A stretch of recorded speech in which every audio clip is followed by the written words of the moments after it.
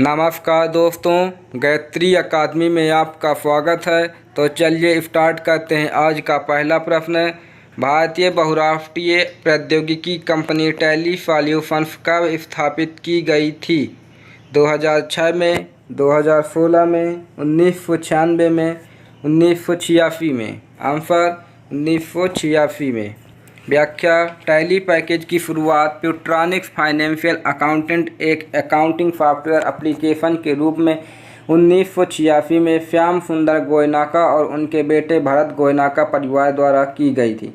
हालांकि कंपनी के रूप में इसकी स्थापना 1991 में हुई थी और 1999 में इसका नाम बदलकर टैली सॉल्यूशंस कर दिया गया। टैली सॉल्यूशंस एक भारतीय बहुराष्ट्रीय प्रौद्योगिकी कंपनी है जो उद्यम संसाधन नियोजन सॉफ्टवेयर प्रदान करती है। इसका मुख्यालय बंगलौर में है।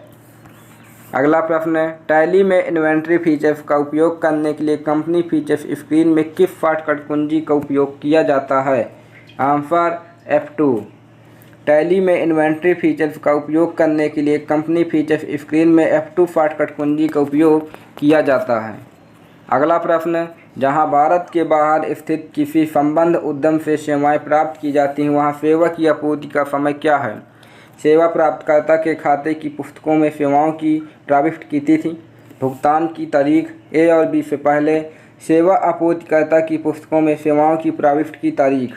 आंसर A और B से पहले। व्याख्या, जहां भारत के बाहर स्थित किसी संबद्ध उद्यम से सेवाएं प्राप्त की जाती हैं, वहां सेवा की आपूर्ति का समय सेवा प्राप्तकर्ता के खाते की पुस्तकों में सेवाओं की प्रविष्टि की तिथि या फिर भुगतान की तारीख से पहले है। अगला प्रश्न, टैली में वैधानिक और कराधान का उपयोग करने के लिए कंपनी फीचर स्क्रीन में किस शॉर्टकट कुंजी का उपयोग किया जाता है? Answer F3। टैली में वैधानिक और कराधान का उपयोग करने के लिए कंपनी फीचर स्क्रीन पर F3 शॉर्टकट कुंजी का उपयोग किया जाता है, जिसमें gateway of tally, F11 features, F3 statutory. अब अगला प्रश्न, TDS चालान को जूम करने की शॉर्टकट कुंजी कौन सी है? Answer Alt+Z, option B। TDS चालान को जूम करने की शॉर्टकट कुंजी Alt+Z है। अगला प्रश्न है, आपूर्ति समय का मतलब क्या है? आंसर वह समय बिंदु जब वस्तुओं की आपूर्ति किया गया माना गया है या सेवाओं को प्रदान किया गया माना गया है। Option C।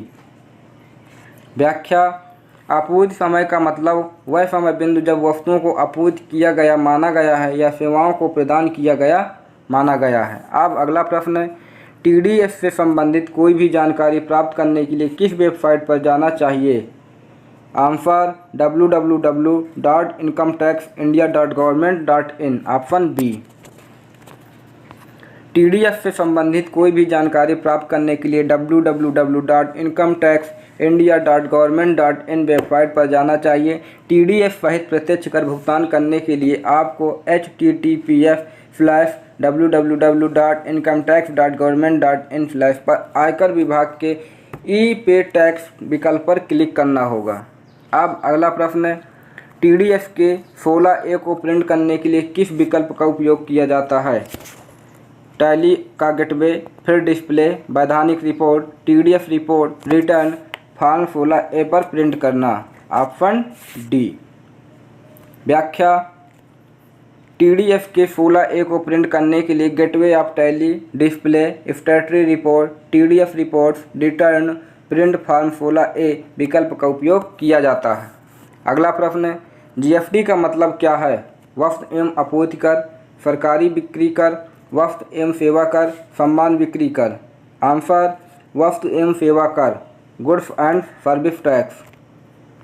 व्याख्या, वस्तु एवं सेवा कर, goods and service tax GST घरेलू उत्पाद के लिए बेची जाने वाली अधिकांश वस्तुओं और सेवाओं पर लगाया जाने वाला एक मूल वर्धित कर है। GST का भुगतान उपभोक्ताओं द्वारा किया जाता है, लेकिन इसे सामान और सेवाएं बेचने वाले व्यवसायों द्वारा सरकार को भेजा जाता है। वास्तव में GST एक अप्रत्यक्ष कर है जो सरकार को राजस्व प्रदान करता है। भारत में यह एक व्यापक बहुस्तरीय गंतव्य आधारित कर है जो प्रत्येक मूल्यवर्धन पर लगाया जाता है। अगला प्रश्न है, किस वर्ष प्यूट्रॉनिक्स फाइनेंशियल अकाउंटेंट का नाम बदलकर टैली सॉल्यूशंस कर दिया गया?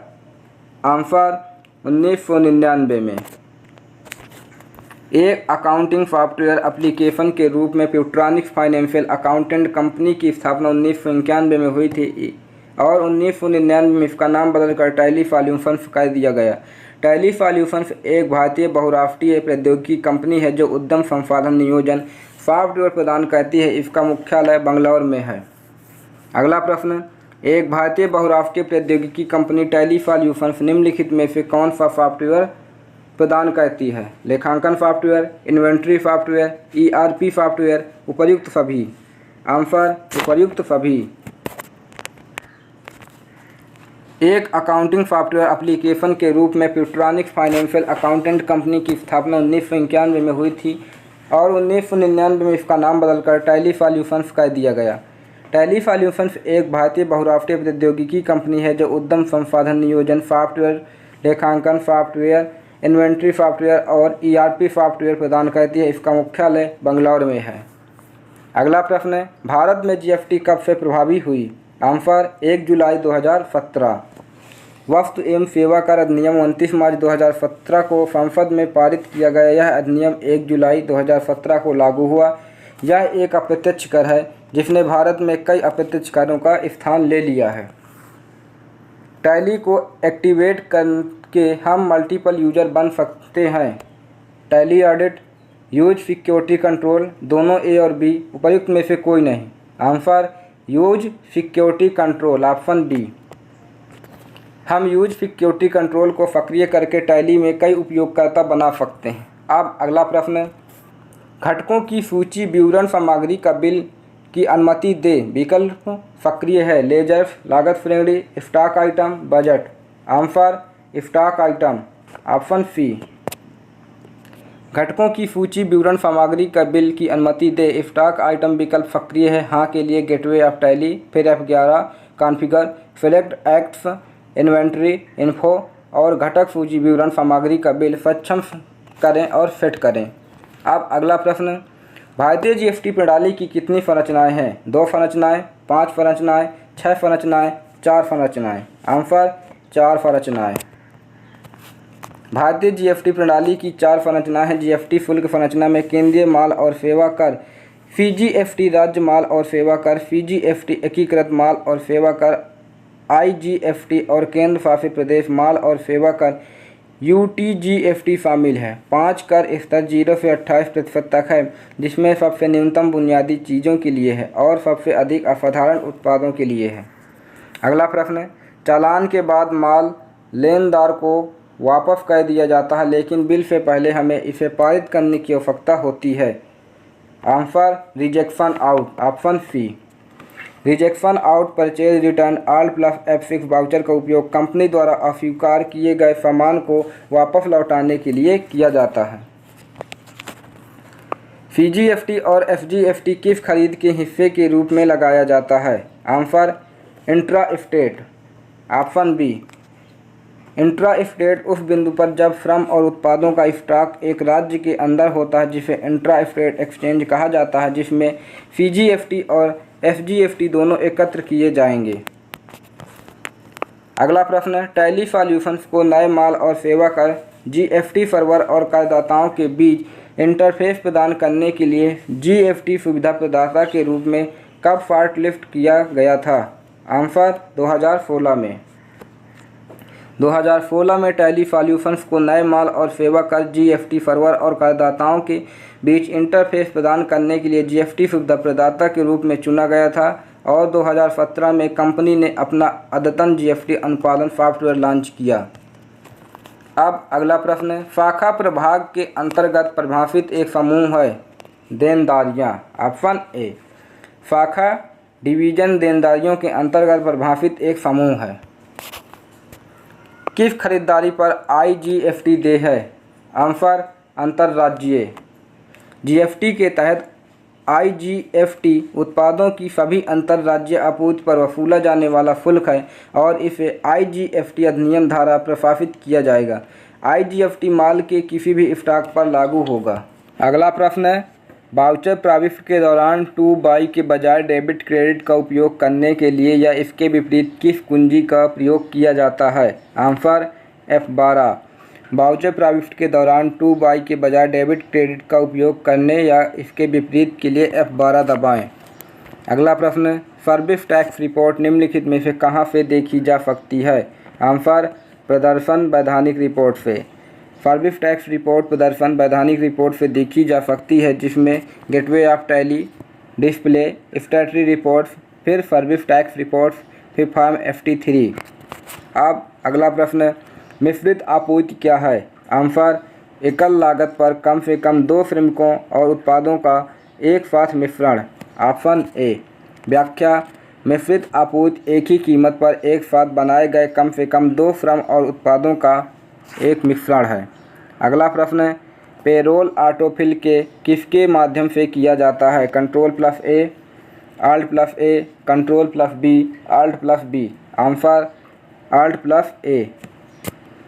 पेरोल ऑटोफिल Alt+A कुंजी के माध्यम से किया जाता है। अगला प्रश्न, पेरोल रिपोर्ट प्राप्त करने के लिए निम्नलिखित में से किसे चुनेंगे? आंसर, टैली का प्रवेश द्वार, फिर प्रदर्शन, फिर payroll report. Option D. Payroll report प्राप्त करने के लिए गेटवे ऑफ टैली, प्रदर्शन, पेरोल रिपोर्ट चुनेंगे, अर्थात गेटवे ऑफ टैली, डिस्प्ले, फिर पेरोल रिपोर्ट्स। अगला प्रश्न, निम्नलिखित में से किस वस्तु पर वैट अभी भी लागू है? तंबाकू, छोटे उत्पाद, शराब, कपड़े। आंसर, शराब। व्याख्या, शराब को मूल रूप से 2 कारणों से GST प्रणाली के दायरे में नहीं लाया गया। पहला यह कि राज्य सरकारों को आय का एक ठोस प्रवाह बना रहे। दूसरा, उपयोग को प्रतिबंधित करने के लिए शराब और शराब की कीमतें ऊंची रखना। इसलिए शराब पर वैट अभी भी लागू है। अगला प्रश्न, TCF का पूर्ण रूप क्या है? Answer, tax collected of source. Option सी।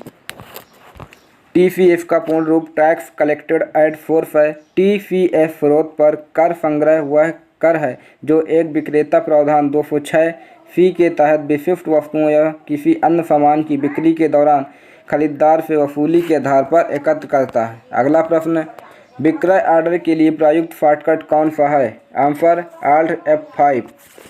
विक्रय ऑर्डर करने के लिए उपयोग किया जाने वाला शॉर्टकट Alt+F5 है।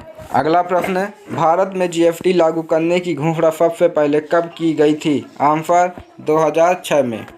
2000 में GST लागू करने का विचार सबसे पहले अटल बिहारी वाजपेयी सरकार ने किया था। फरवरी 2006 में GST की पहली घोषणा केंद्रीय मंत्री द्वारा 2006 से 2007 की व्यय योजना के दौरान की गई थी, जिसे 1 अप्रैल 2010 को प्रस्तुत किया जाना था।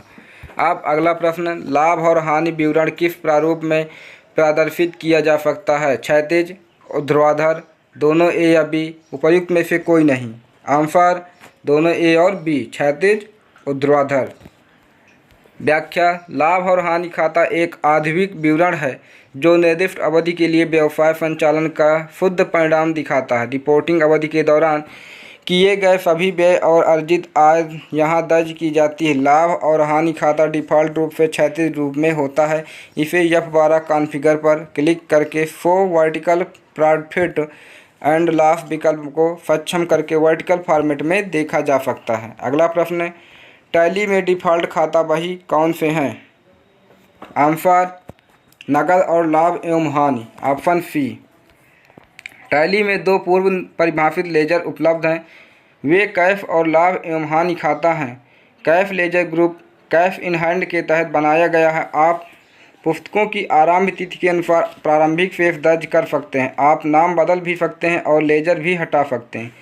लाभ एवं हानि खाता समूह प्राथमिक के अंतर्गत बनाया जाता है। पिछले वर्ष का लाभ या हानि इस बही के प्रारंभिक शेष के रूप में दर्ज किया गया है। यहाँ दर्ज शेष को शुरुआती लाभ या हानि के रूप में माना जाता है और बैलेंस शीट में देनदारियों के पक्ष में लाभ और हानि खाते के शुरुआती शेष के रूप में दिखाया जाता है। आप इस बही खाते को हटा नहीं सकते, लेकिन आप इसे संशोधित कर सकते हैं। अगला प्रश्न, GST प्रणाली के तहत श्रम और उत्पादों का ऑर्डर कैसे दिया जा सकता है? आंसर, HFN या FSC। व्याख्या, जीएसटी के तहत भारत में निष्पादित सामान्य श्रम और उत्पादों को HFN कोड ढांचे या FP कोड ढांचे के तहत समूहीकृत किया जाता है। उत्पादों को HFN कोड के तहत चिन्हित किया जाता है और सेवाओं को FP कोड के तहत वर्गीकृत किया गया है। HFN कोड का मतलब हार्मोनाइज्ड सिस्टम ऑफ नॉमेनक्लेचर है। HFN कोड भारत में जीएसटी व्यवस्था के तहत वस्तुओं के लिए FP का उपयोग जीएसटी व्यवस्था के तहत सेवाओं को वर्गीकृत करने के लिए किया जाता है। FAC कोड का अर्थ सर्विसिंग अकाउंटिंग कोड सेवा लेखा कोड है। यह भारत के भीतर प्रदान की जाने वाली सभी सेवाओं पर लागू होता है। इसका उपयोग वस्तुओं के बजाय सेवाओं को वर्गीकृत करने के लिए किया जाता है। यह CBSE द्वारा जारी कोड का एक मानक सेट है। अगला प्रश्न, टैली में डिफ़ॉल्ट गोदाम नाम क्या है? प्राथमिक, मुख्य स्थान, दोनों A या B, उपर्युक्त में से कोई नहीं। आंसर मुख्य स्थान, main location, option B।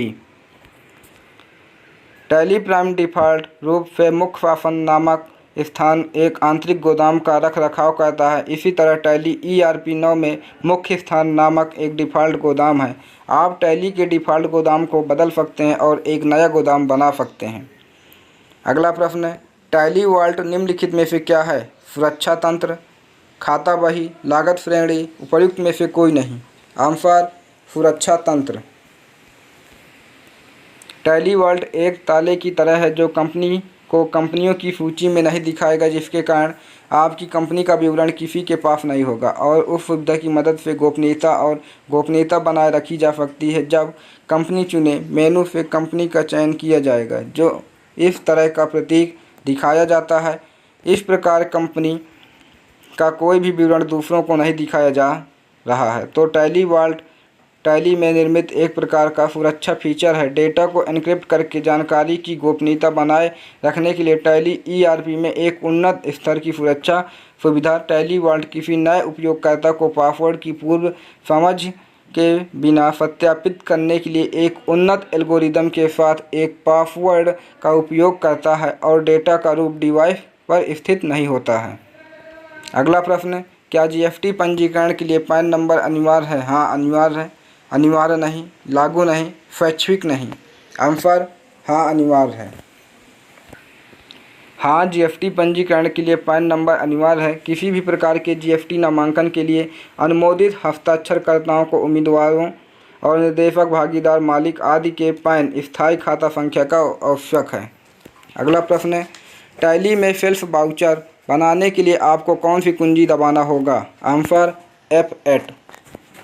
Tally में सेल्स वाउचर बनाने के लिए आपको F8 दबाना होगा। बिक्री वाउचर को डबल एंट्री मोड में खोलें, Alt+G दबाएं, फिर वाउचर बनाएं, F8 दबाएं, बिक्री या फिर वैकल्पिक रूप से gateway of tally voucher F8 बिक्री दबाएं।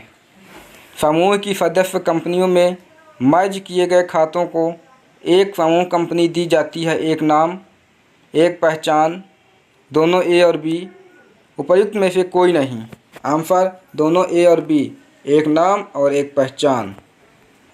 व्याख्या, समूह कंपनी एक नाम और एक पहचान है जो समूह की सदस्य कंपनियों के विलय किए गए खातों को दी जाती है। समूह कंपनी वह कंपनी होती है जिसका स्वामित्व किसी अन्य कंपनी के पास होता है, जिसे मूल कंपनी कहा जाता है। मूल कंपनी समूह कंपनी को एक नाम और पहचान दे सकती है जो उससे अलग हो। ऐसा कई कारणों से किया जा सकता है, जैसे निवेशकों के लिए समूह कंपनी के प्रदर्शन को ट्रैक करना आसान बनाना या समूह कंपनी को अधिक विशिष्ट ब्रांड पहचान देना।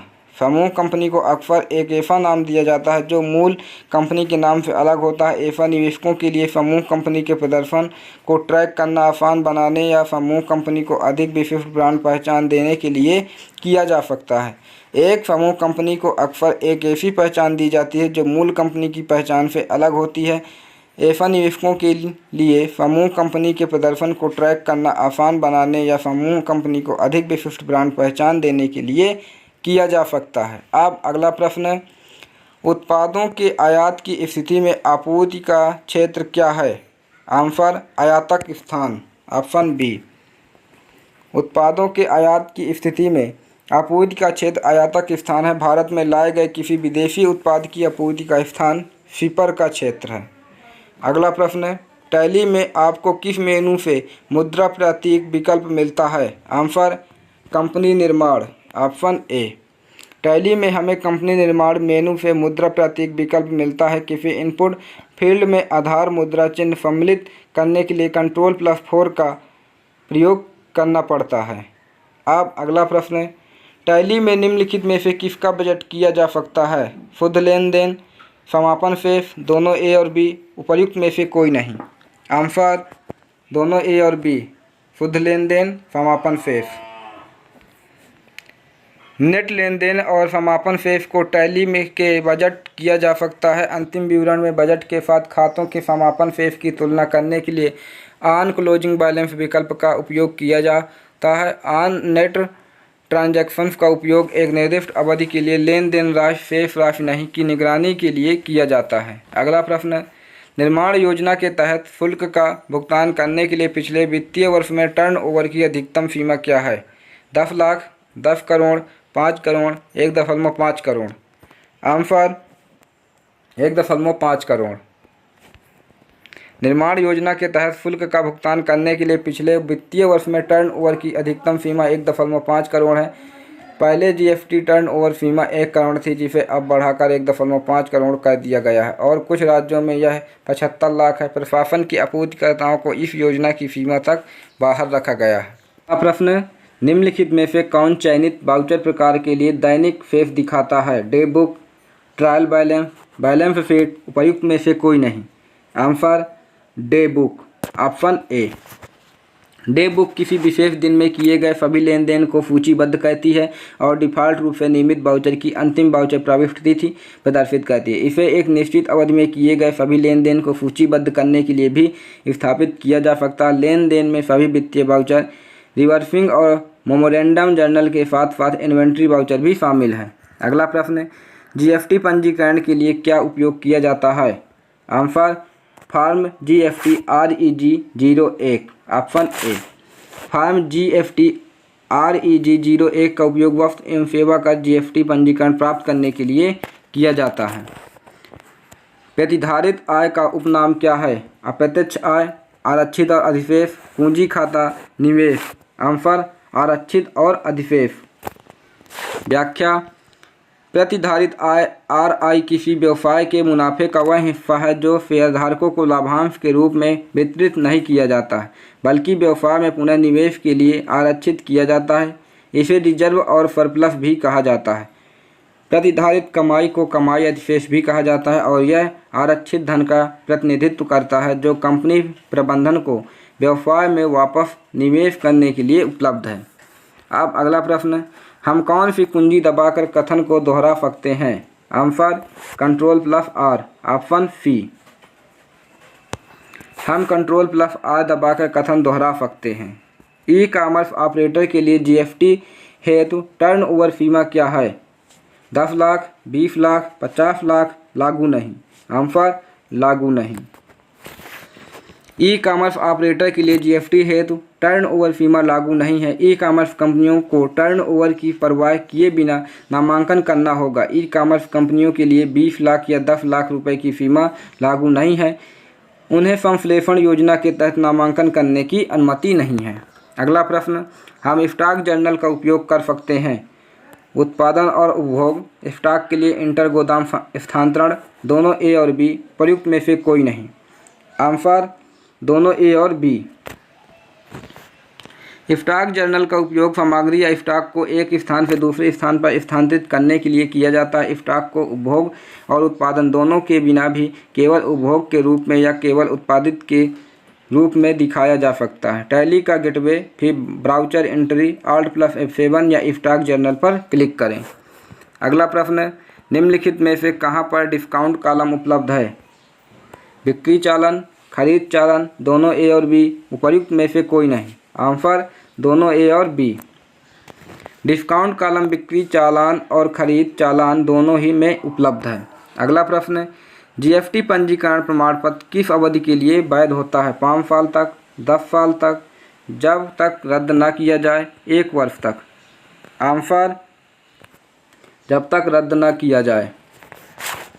सम्मान करदाता को प्रदान किए गए जीएसटी पंजीकरण प्रमाण पत्र की कोई वैधता अवधि नहीं होती है और रद्द होने तक यह समाप्त नहीं होती है। अनिवासी और अकास्मिक कर योग्य व्यक्तियों के लिए जीएसटी पंजीकरण प्रमाण पत्र की वैधता 90 दिन है। नियमित करदाताओं के लिए प्रमाण पत्र की कोई समाप्ति तिथि नहीं है जब तक कि जीएसटी पंजीकरण सक्रिय है और सरेंडर या रद्द नहीं किया जा गया है। हम ब्याज की रिपोर्ट ऑफ इंटरेस्ट कहाँ से प्राप्त कर सकते हैं? आंसर, खातों के विवरण से। हम ब्याज की रिपोर्ट खातों के विवरण से प्राप्त कर सकते हैं। गेटवे ऑफ टैली, फिर प्रदर्शन, खातों का विवरण, ब्याज गणना, फिर खाता बही। अगला प्रश्न है, निम्नलिखित में से कौन सी कुंजी दबाकर day book report online voucher निर्माण किया जा सकता है? Answer, Alt+A। Option C, Alt+A दबाकर डे बुक रिपोर्ट को ऑनलाइन वाउचर बनाया जा सकता है।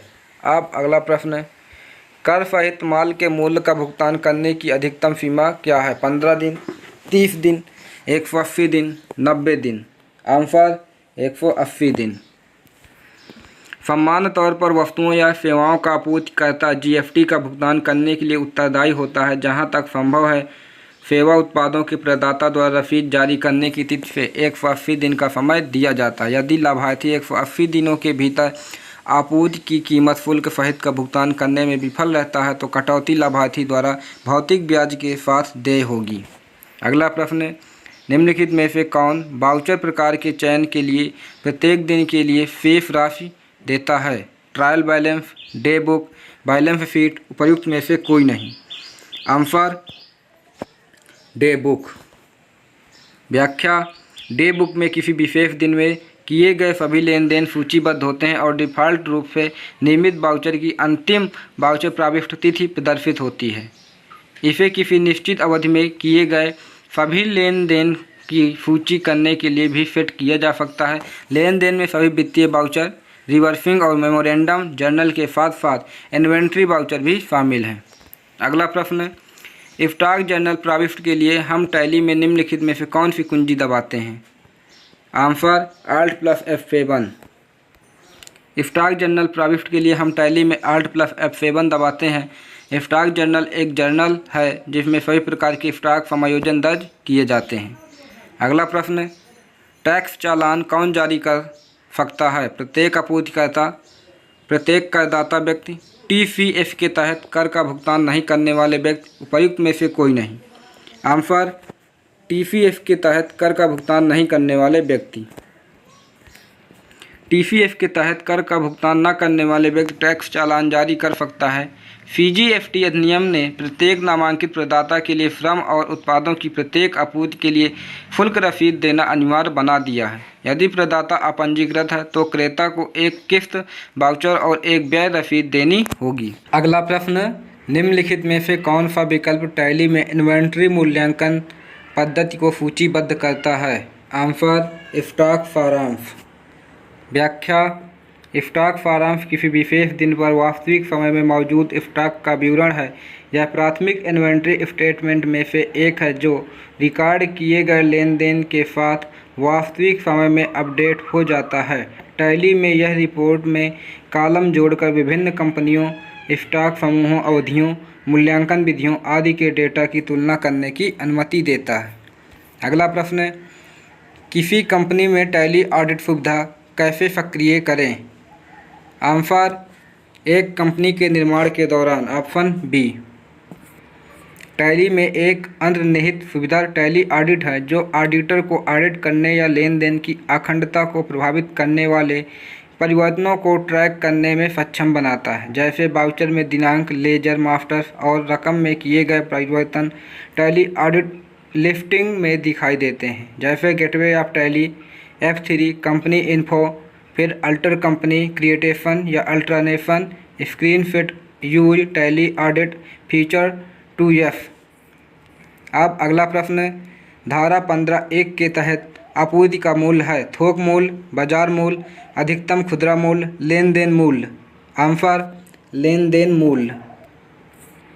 वस्तुओं या सेवाओं या दोनों की आपूर्ति के मूल्य को सीजीएसटी अधिनियम 2017 की धारा 15 में लेन देन मूल्य के रूप में वर्णित किया गया है, जिसे आपूर्तिकर्ता द्वारा वस्तुओं या सेवाओं या दोनों की आपूर्ति के लिए वास्तव में भुगतान की गई या देय कीमत के रूप में परिभाषित किया गया है। अगला प्रश्न है, टैली में समूहों की पूर्व निर्धारित संख्या क्या है? संख्या 16, संख्या 28, संख्या 128, संख्या 228। आंसर संख्या 28।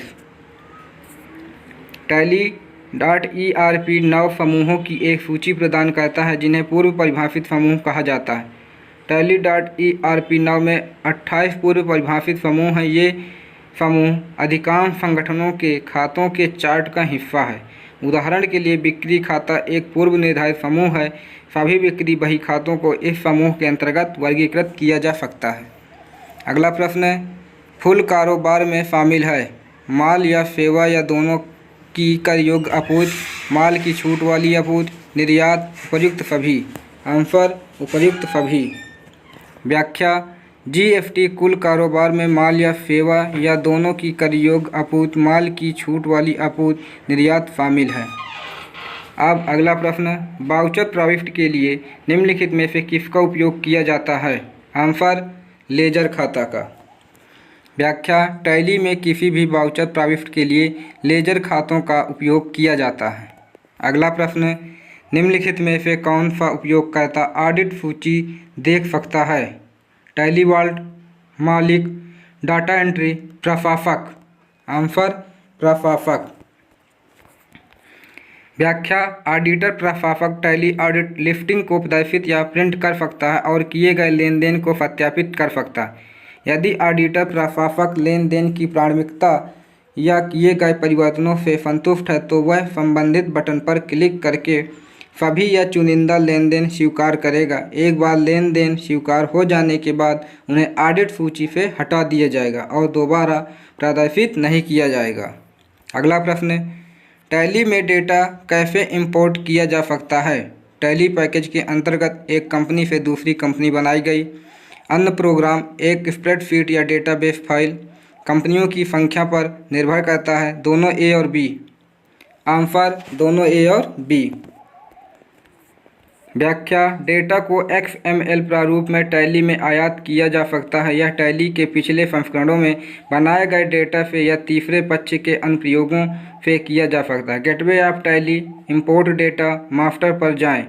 यदि फाइल टैली में स्थित है तो XML फाइल आयात की जाने वाली का नाम दर्ज करें।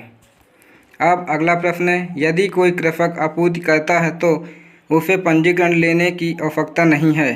कोई भी कृषि उपज, कृषिविद द्वारा उगाई गई कोई भी कृषि उपज, भूमि खेती से कृषि उपज, उपयुक्त सभी। आंसर भूमि खेती से कृषि उपज। Option C. यदि कोई व्यक्ति 100% छूट वाली आपूर्ति का कारोबार कर रहा है तो उसे जीएसटी के अंतर्गत पंजीकरण की कोई आवश्यकता नहीं है। कृषक भूमि खेती से कृषि उपज जीएसटी पंजीकरण, टर्नओवर सीमा से नीचे कारोबार होना, केवल शून्य रेटेड वस्तुओं और सेवाओं की मुक्त आपूर्ति करना, वस्तुओं और सेवाओं की आपूर्ति गैर कर योग्य होना, ऐसी गतिविधियां करना जो न तो वस्तुओं और न ही सेवाओं की आपूर्ति है, केवल रिवर्स चार्ज तंत्र के अंतर्गत आने वाली आपूर्ति करना आदि के संबंध में जीएसटी के तहत पंजीकरण कराने की आवश्यकता नहीं है। अब अगला प्रश्न, निम्नलिखित में से कौन सी फाइल आमतौर पर मास्टर फाइल के रूप में उपयोग की जाती है? आंसर इन्वेंट्री सहायक कंपनी। Option A. इन्वेंट्री सहायक कंपनी का उपयोग आमतौर पर मास्टर फाइल के रूप में किया जाता है। अगला प्रश्न, कंप्यूटर आधारित लेन देन प्रसंस्करण प्रणाली का क्या लाभ है? पहला, आंतरिक नियंत्रणों के इतने कड़े सेट की आवश्यकता नहीं है। बी, वित्तीय विवरणों का अधिक सटीक सेट तैयार करेगा। सी, नियंत्रण खातों और सहायक बही खातों में सामंजस्य स्थापित करने की आवश्यकता को समाप्त कर देता है। और डी, वित्तीय विवरण तैयार करने में अधिक कुशल होगा। आंसर वित्तीय विवरण तैयार करने में अधिक कुशल होगा। Option D. व्याख्या, कंप्यूटर आधारित लेन देन प्रसंस्करण प्रणाली वित्तीय विवरण तैयार करने में अधिक कुशल होगी। टीपीएस के साथ व्यवसाय ग्राहकों के प्रतीक्षा समय को कम करने के लिए प्रत्येक लेन देन की गति को प्रभावी ढंग से बढ़ा सकते हैं। कुछ सिस्टम वास्तविक समय में लेन देन की प्रक्रिया करते हैं जबकि अन्य एक निर्धारित अवधि के दौरान लेन देन की जानकारी एकत्र करते हैं और फिर इसे व्यावसायिक घंटों के बाद के समय में संसाधित करते हैं। अब अगला प्रश्न, जीएसटी के तहत निम्नलिखित में से कौन सा पंजीकरण प्रमाण पत्र सक्षम अधिकारी द्वारा जारी किया जाता है? GST REG 06। Option D. GST के तहत सफलतापूर्वक पंजीकरण कराने वाले प्रत्येक करदाता को फॉर्म GST REG 06 में जीएसटी पंजीकरण प्रमाण पत्र जारी किया जाता है। फॉर्म GST REG 06 जीएसटी पंजीकरण प्रमाण पत्र है जो जीएसटी के तहत प्रत्येक सफल पंजीकृत व्यक्ति व्यवसाय को जारी किया जाता है। प्रमाणीकरण इस बात का प्रमाण है कि कोई व्यक्ति या संस्था जीएसटी पंजीकरण है। प्रश्न, टैली का निम्नलिखित में से कौन सा संस्करण ETDS फाइलिंग सुविधा प्रस्तुत किया था? आंसर, टैली 9 2006 में। व्याख्या, टैली 9 में 9 अतिरिक्त सुविधाओं के साथ टैली का संस्करण प्रस्तुत किया गया था। टैली 9 की विशेषताओं में उत्पाद शुल्क, पेरोल, ETDS फाइलिंग सुविधा, FBT, TDS और लेखांकन और इन्वेंट्री प्रबंधन से संबंधित अन्य नियमित सुविधाएं शामिल हैं। अगला प्रश्न, इन्वेंट्री वाले खातों में प्रविष्ट करते समय निम्नलिखित में से क्या बनाना अनिवार्य है? स्टॉक समूह, स्टॉक आइटम, माप की इकाइयाँ, उपर्युक्त सभी। आंसर, उपर्युक्त सभी। व्याख्या, टैली में इन्वेंट्री लेखांकन के लिए स्टॉक समूह, स्टॉक आइटम और माप की इकाइयाँ बनाई जानी चाहिए। अगला प्रश्न, छूट प्राप्त वस्तुओं या सेवाओं या दोनों की आपूर्ति के मामले में पंजीकृत व्यक्ति क्या जारी करेगा? आंसर, आपूर्ति का बिल। व्याख्या, छूट प्राप्त वस्तुओं या सेवाओं या दोनों की आपूर्ति के मामले में पंजीकृत व्यक्ति आपूर्ति का बिल जारी करेगा। अगला प्रश्न, इन्वेंट्री बुक्स का प्रयोग देखने के लिए किया जाता है। स्टॉक आइटम, समूह सारांश, उपरोक्त ए और बी दोनों, उपर्युक्त में से कोई नहीं। आंसर, उपरोक्त ए और बी दोनों। व्याख्या, बुक इन्वेंट्री हाथ में इन्वेंट्री की लागत है जैसा कि किसी संगठन के लेखांकन रिकॉर्ड में बताया गया है। इन्वेंट्री बुक्स में वाउचर प्रविष्ट की तारीख के अनुसार स्टॉक इन हैंड का वास्तविक संतुलन दिखाया जाता है और स्टॉक में अंतर स्वचालित रूप से अंदर या बाहर जैसा भी मामला हो जोड़ा जाता है। अगला प्रश्न, ट्रायल बैलेंस निम्नलिखित में से किस आधार पर तैयार किया जाता है? मासिक, वार्षिक रूप से, अर्धवार्षिक, उपर्युक्त में से कोई भी। आंसर, उपर्युक्त में से कोई भी। Option D. ट्रायल बैलेंस खाता शेष की एक सूची है जो एक निश्चित तिथि पर डेबिट शेष और क्रेडिट शेष को अलग अलग दिखाती है। ट्रायल बैलेंस केवल एक विवरण है, खाता नहीं। प्रत्येक लेन देन में समान डेबिट और क्रेडिट पहले होते हैं ताकि परीक्षण शेष में समान डेबिट और क्रेडिट शेष हो। समय समय पर ट्रायल बैलेंस तैयार करने से आपको त्रुटियां होते ही उन्हें ठीक करने में मदद मिलेगी। अब अगला प्रश्न, भूमि की बिक्री पर कितने प्रतिशत जीएसटी लागू होता है? 28%, 12%, 18%, उपर्युक्त में से कोई नहीं। आंसर, उपर्युक्त में से कोई नहीं। CGST अधिनियम की अनुसूची 3 के अनुसार भूमि बिक्री को ना तो वस्तुओं की बिक्री और ना ही सेवाओं की आपूर्ति माना जाता है। भूमि एक अचल संपत्ति है जिसकी बिक्री पर केवल स्टाम्प शुल्क लगता है। इस प्रकार GST भूमि की बिक्री पर लागू नहीं होता है। अब अगला प्रश्न, निम्नलिखित में से कौन जर्नल और खाता बही दोनों खातों के उद्देश्य को पूरा करता है? जर्नल उचित, खरीद दिवस की किताब, रोकड़ बही, उपर्युक्त में से कोई भी। आंसर, रोकड़ बही। कैश बुक एक अलग खाता है जिसमें नकद लेन देन दर्ज किया जाता है, जबकि नकद खाता एक सम्मान खाता बही के भीतर एक खाता है। एक रोकड़ बही जर्नल और खाता बही दोनों के उद्देश्य को पूरा करती है, जबकि एक रोकड़ खाता एक बही की तरह संचालित होता है। धन के स्रोत या उपयोग के बारे में विवरण या विवरण रोकड़ बही में आवश्यक है लेकिन रोकड़ खाते में नहीं। अब अगला प्रश्न, व्यापार छूट की दर खरीदी गई वस्तु के अनुसार भिन्न भिन्न होती है। कुल संपत्ति, वर्तमान संपत्ति, मात्रा, उपर्युक्त में से कोई नहीं। आंसर, मात्रा। व्यापार छूट एक छूट है जिसे माल की खरीद के समय विक्रेता द्वारा खरीदार को दी गई छूट कहा जाता है। यह बेची गई मात्रा की सूची मूल्य या खुदरा मूल्य में कटौती के रूप में दिया जाता है। धन्यवाद। गायत्री अकादमी, आप सभी को व्याख्यान देखने के लिए आभार। हमारे चैनल को लाइक, शेयर एंड सब्सक्राइब अवश्य कीजिए।